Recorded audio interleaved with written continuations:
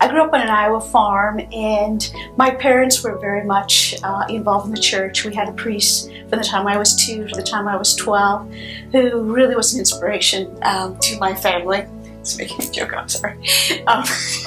And he would come out and bless our horses and bless our cars and have dinner at our home, and my week clean the church and mowed the Catholic cemetery, and just did all of the things we could in the parish. And the faith was very strong. I had a very strong Catholic family on my dad's side, and I just loved the faith in the church.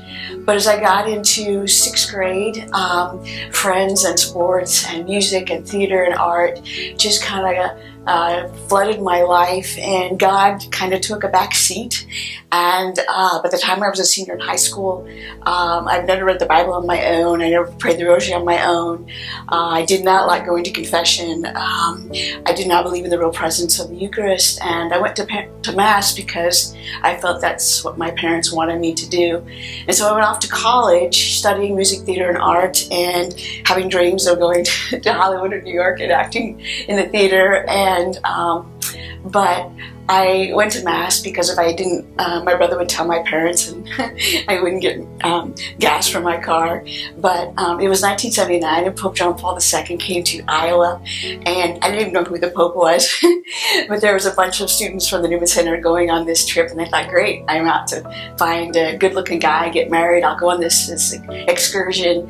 And just being among 350,000 people, the Pope arrived, just the rush of joy, whoever this man was, I was just filled with such joy. And I look back now, and I know that's the Lord started, of course, before I was born, but that was a very important time in my life. I remember going back to my dorm room and my roommate saying to me, "Where were you last night? You didn't come home." And I said, "Oh, I spent the night in the pasture and I saw the Pope." And she thought I was so weird, but I was just so flooded with joy. I came back from that trip, and there was a voice in my heart saying, you know, be a sister, be a sister, be a sister. And I'm like, wait a minute, you have your phone cord in the wrong hole. I don't know who you are. I don't pray. I don't believe in the real presence. So it's time to come know the Lord.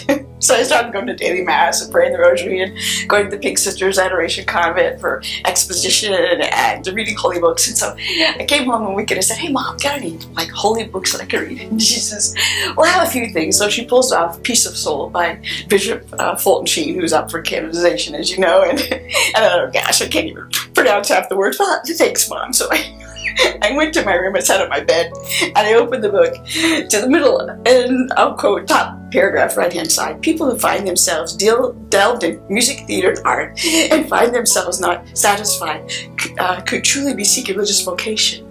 Ooh, thank you, Mom. Thank you, God. And it was like for years and years, I tried to put a peace, I-E-C-E, in my heart with music and theater and art. But once I said yes to the Lord, that peace, E-I-C-E, was like, whoosh.